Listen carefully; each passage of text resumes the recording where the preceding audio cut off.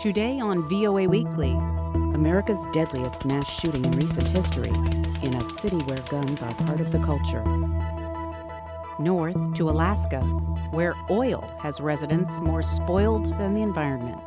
We were awash in money, and it was easy and people didn't look ahead. 6A, repeat the address. On patrol in Palisades Park, New Jersey, home to an American immigration transformation.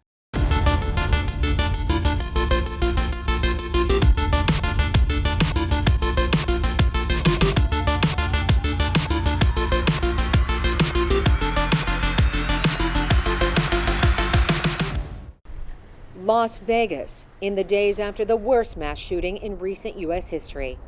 The gun stores and shooting ranges are busy. For $90 an hour here, you can fire a pistol and pull the trigger of an M16 fully automatic rifle. That was a little bit scarier, just how quickly it went. It was 25 shots, it was gone in a couple of seconds, and that was it. That was about the speed of the bullets raining down on a crowd of concert goers just days before. Bob Irwin owns an AR-15, one of the weapons police say the gunman used against the crowd. But Irwin's is semi-automatic, legal to buy in the United States. Police say the killer modified his to fully automatic. That's how they normally work. An individual cannot make a machine gun since May 19th of 1986, period. Except for one way, with a bump fire stock, which police say Paddock used on 12 guns. It's new technology to modify the trigger and is legal. Everything is available on the internet. Everything from conversion kits for under $100 to how-to videos. There are some restrictions on guns in Nevada. The state requires a background check to buy them, and you have to have a permit to carry a concealed weapon. Two Nevada gun store owners say the killer met them, telling police the gunman bought several guns at their stores and, quote, all state and federal requirements were met. And among the people in Las Vegas on the night of the massacre was Ebbs. Yet that didn't stop him from coming to a range to shoot a machine gun. After being involved in that, after shooting a gun, I'm even more so against it, being honest. I think in a controlled environment, that's absolutely fine. I'm Carolyn Pursuti in Las Vegas, Nevada. I'm standing in front of a memorial to the victims. You just saw Alan Ebbs, a tourist from Ireland. He and his friends came to Las Vegas to take advantage of the lack of gun restrictions here in this country as compared to back home. In fact, people from all over the world come here to do just that. Many of them don't come from countries that have massacres like this one. So it's the frequency of these types of shootings and our gun laws that have people looking to Washington for answers. I'm Catherine Gibson in Washington.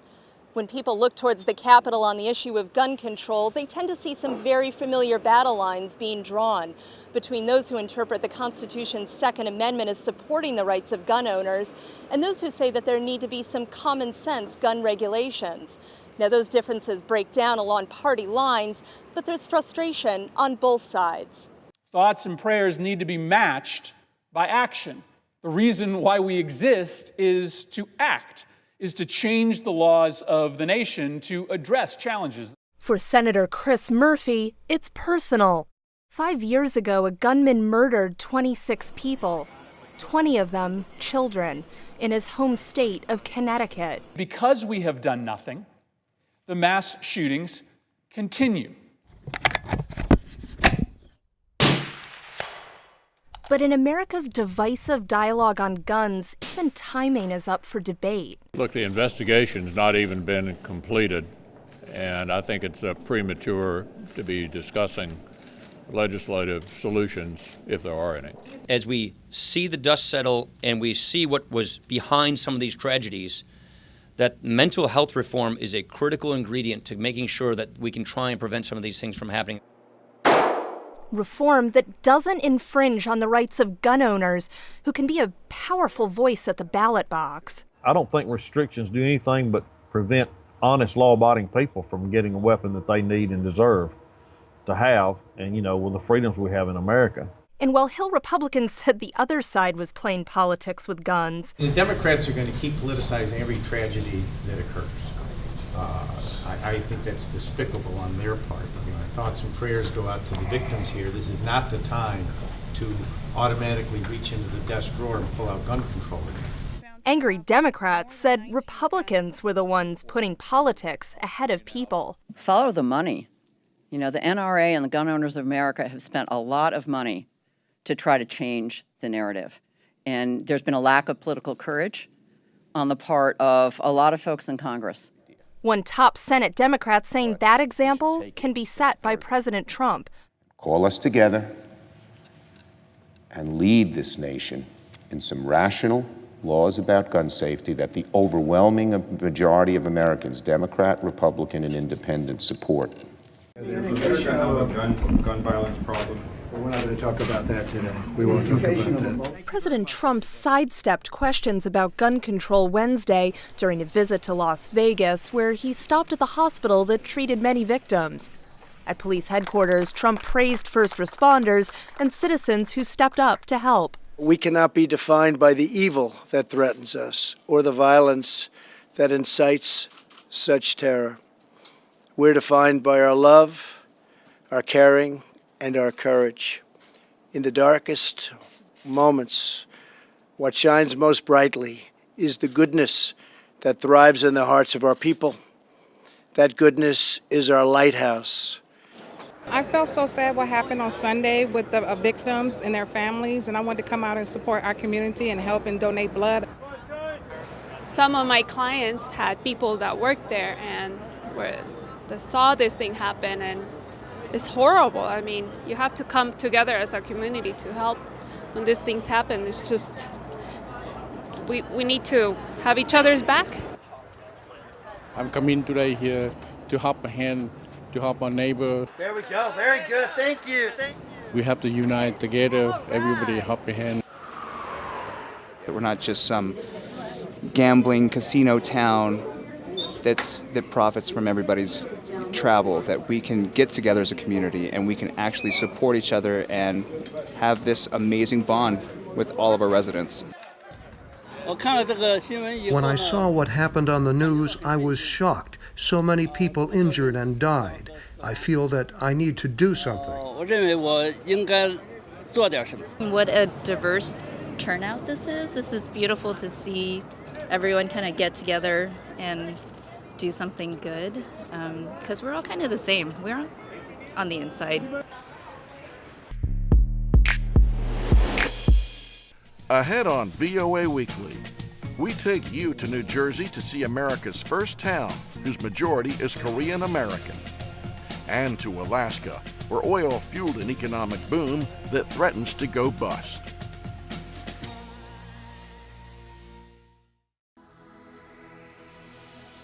I'm Jim Malone, and I work the political beat.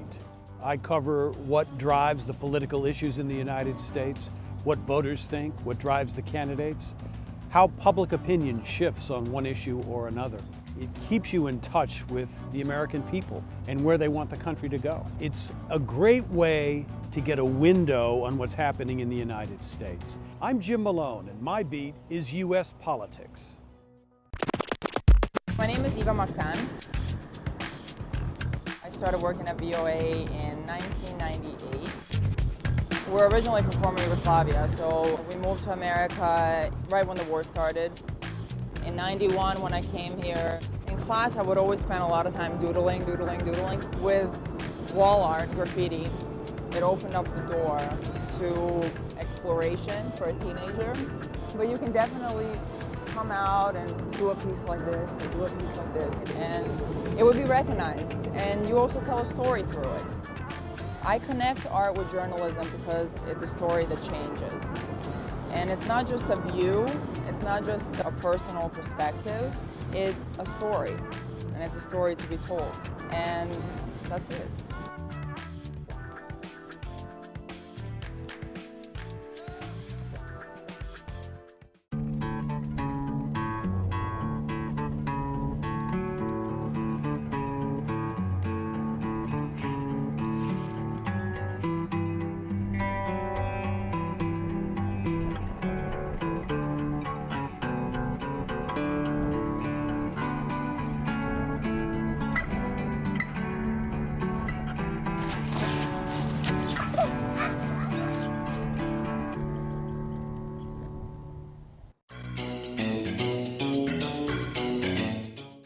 President Trump got an on-the-ground look at the situation in Puerto Rico after the U.S. territory was devastated by Hurricane Maria.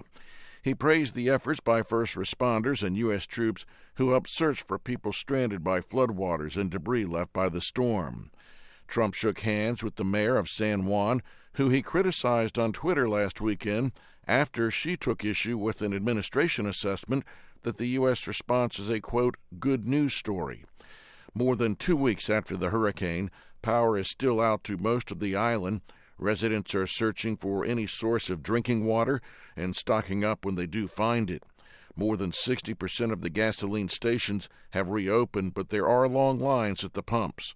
The Trump administration is expected to ask the U.S. Congress for at least $10 billion in federal disaster relief. Puerto Rico is a U.S. territory taken from Spain at the end of the Spanish-American War in 1898. Puerto Ricans gained American citizenship in 1917, but not the right to vote for president or have voting representation in Congress. Today, Puerto Rico is one of 16 U.S. territories stretching from the Caribbean to the South Pacific. At the turn of the 20th century, there were many more territories, as an expansionist United States claimed territory in North America and beyond. Some, like Alaska, became U.S. states, while others, like the Philippines, gained independence. 3 times during the 20th century, Puerto Rican Americans voted to stay a territory. Earlier this year, a majority of voters in Puerto Rico said yes to statehood, but the referendum was non-binding and boycotted by many. The U.S. Congress would have to approve statehood, something it has shown no willingness to do. The next to last U.S. territory to win statehood is Alaska, admitted to the USA in 1959. This month, Alaska celebrates the 150th anniversary of its transfer to the United States from Russia. At the time, the $7.2 million price tag was seen as a folly, but that investment paid off after oil was discovered beneath the tundra. And that set off an ambitious project, construction of the Alaskan oil pipeline. More than 1,200 kilometers long, it crosses tundra, rivers, and mountain ranges, carrying crude oil from Prudhoe Bay in the north, far beyond the Arctic Circle, to the Valdez Marine Terminal in the south. The pipeline is one of the most protected oil systems in the world, built to withstand severe earthquakes. Geologist Tom Marshall predicted that Prudhoe Bay would produce the most oil. It reminded him of basins he had seen in Wyoming. Someone asked me, well, did that hurt your feelings? And it didn't at all. Marshall's selection of Prudhoe Bay was called folly. I could understand why they would think this would be folly, you know. Like the governor says, doesn't he know it's frozen? We weren't used to dealing in those terms. Prudhoe Bay proved to be the largest oil field in North America, holding some 25 billion barrels of oil. Owned and leased by the state, the field was part of a boom that resulted in a permanent fund that pays dividends of about $1,000 a year to each Alaskan. Without the tax basis of the North Slope Borough, we would have never had water and sewer if it wasn't for the tax revenue that came out from Prudhoe Bay. That made a tremendous improvement to our communities. It brought in the schools, the fire department, the clinics. Historians estimate that the wealth generated by North Slope oil fields since 1977 is greater than every other resource ever extracted from Alaska. But oil revenues are waning. From a high of 2 million barrels per day in 1988, daily production is now under 500,000 barrels, and the state budget is in deficit. I worked in the oil patch for 10 years, worked in Prudhoe Bay, worked on the pipeline. The Valdez terminal opened up and ships started coming in to get it. That was 40 years ago, I believe, this year. We were awash in money, and it was easy, and people didn't look ahead. And instead, we put all our eggs into that one basket. And now that basket is pretty empty.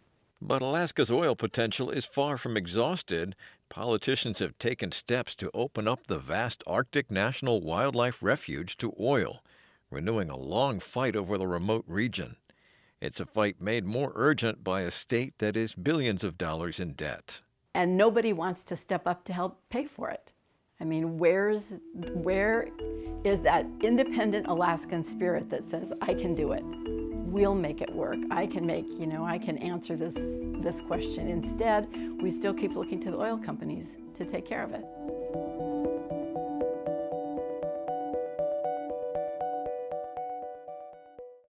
Coming up on VOA Weekly, how the meaning of the phrase "take a knee" has changed from a gesture of respect to an act of protest, and one New Jersey town's historic transformation thanks to immigration. My name's Carla Babb, and I work the Pentagon beat. That access helps me to do better stories. Every day it's my responsibility to collect all of the defense news. It keeps our VOA viewers informed.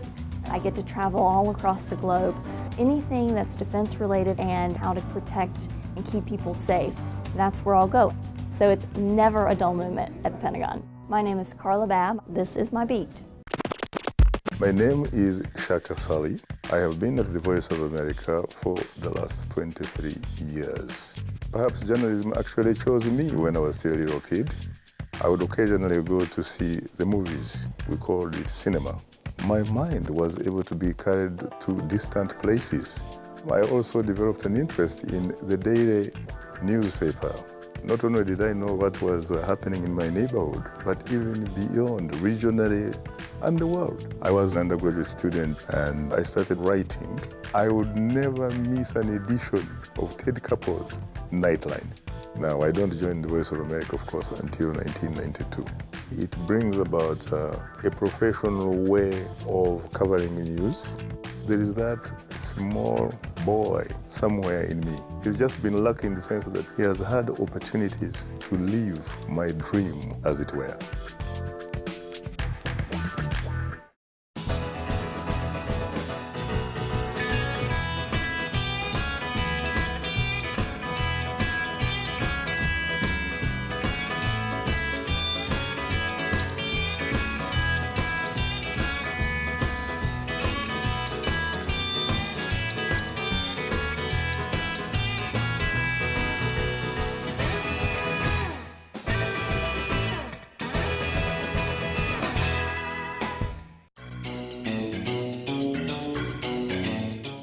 English has some strange phrases and sayings as words get strung together to create a new meaning. We'll try to explain by serving up a word salad. Take a knee. The phrase has taken a new meaning, a form of protest as actions by several American football players have triggered a controversy involving President Donald Trump.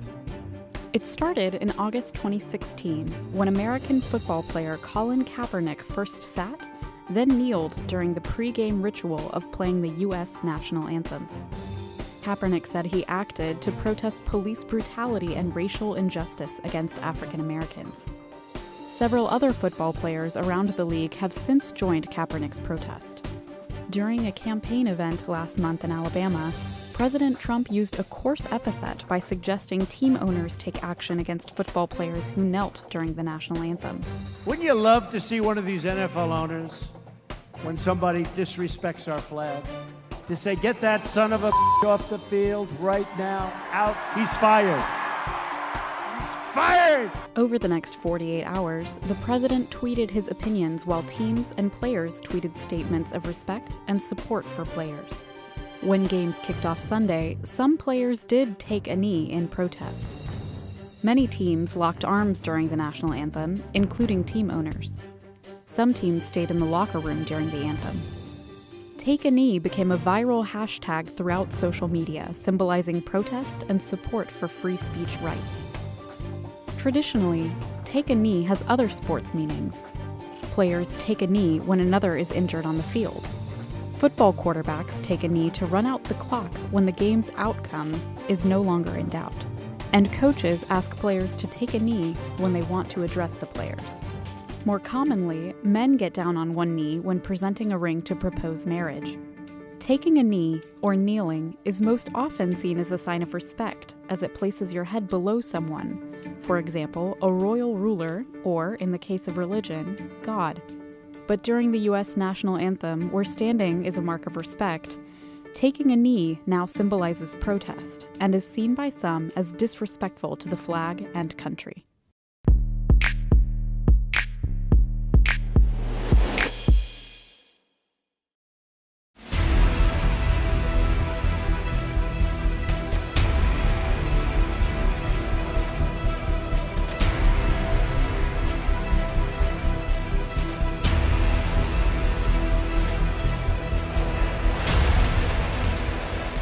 We took the bus and then we took the ferry, and it took a long time, but I guess it's absolutely worth it. I think the Americans don't realise how much we know about the game and how passionate we are about the game. You're getting Wembley and Twickenham sold out 4 times a year, easily sell out 8 times a year.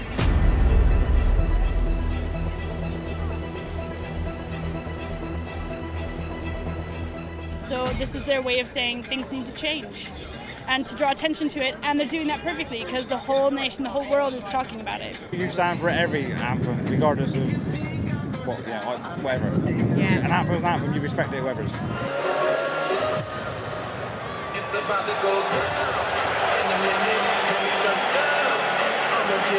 American football is a kind of different sport, but it brings people together, so you can't have enough sports doing this.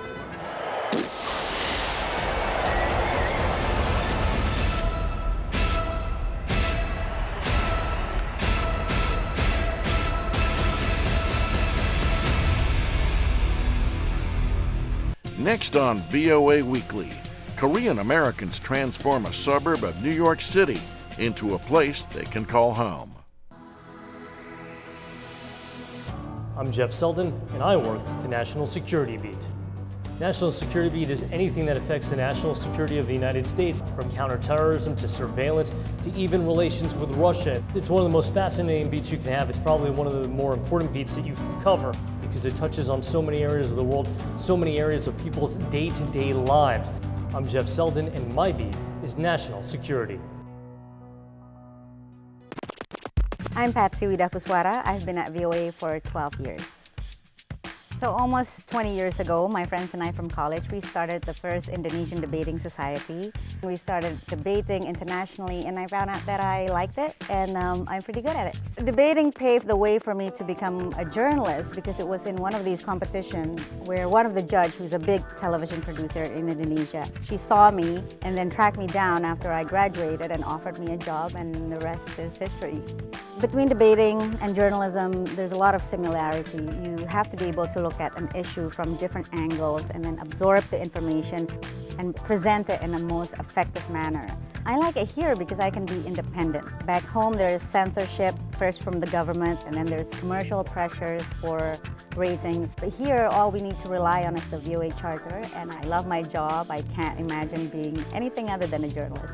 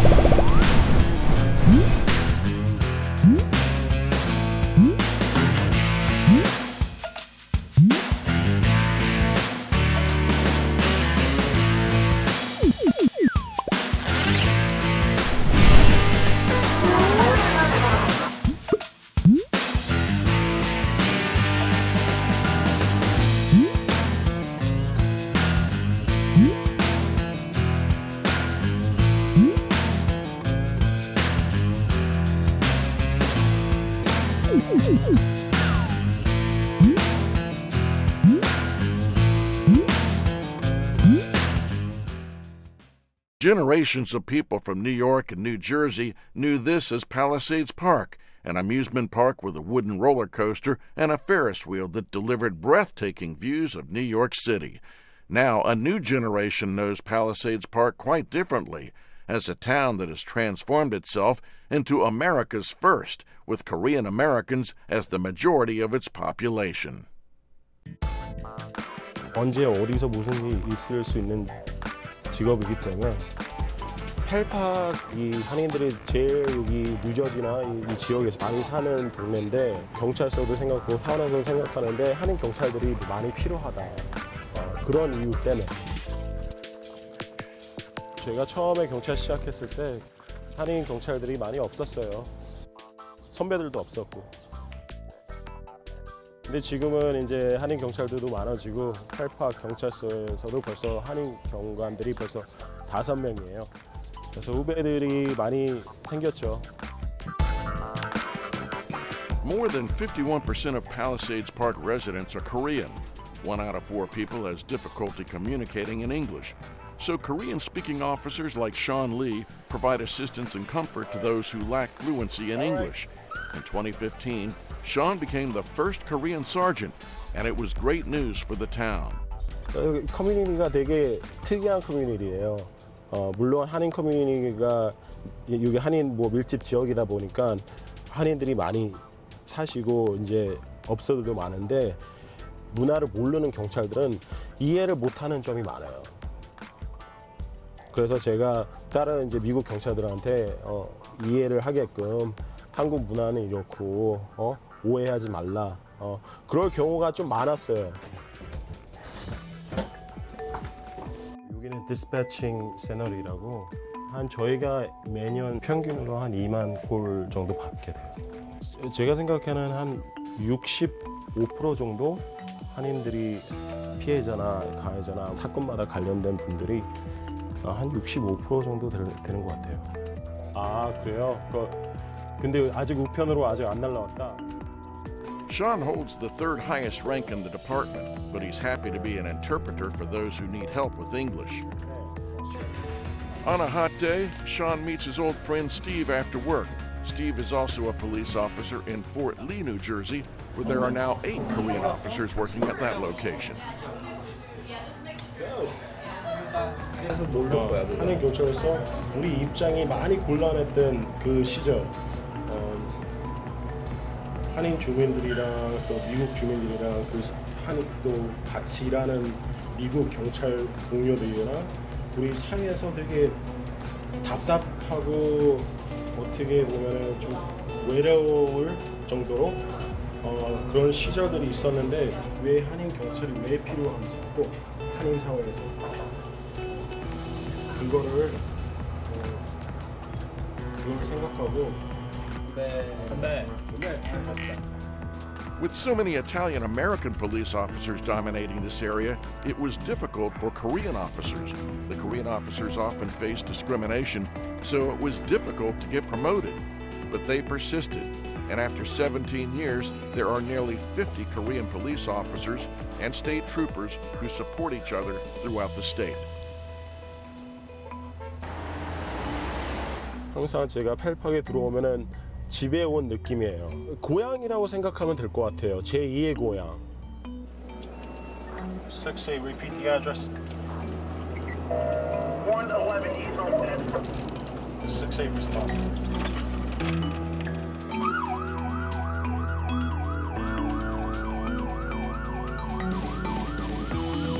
선배로서 후배들을 잘 인도해서 한인 커뮤니티를 위해서 열심히 일을 하면서 봉사활동도 많이 하고 특별히 한인들을 위해서 언제든지 제가 도와드릴 수 있는 그런 자리에 빨리 올라서 끝까지 하겠습니다. Looking ahead to next week on VOA Weekly, we go to America's Wild West and saddle up to get a glimpse of the cowboy life. Like VOA News on Facebook and follow us at VOA News on Twitter. Subscribe to VOA News on YouTube. Thanks for watching.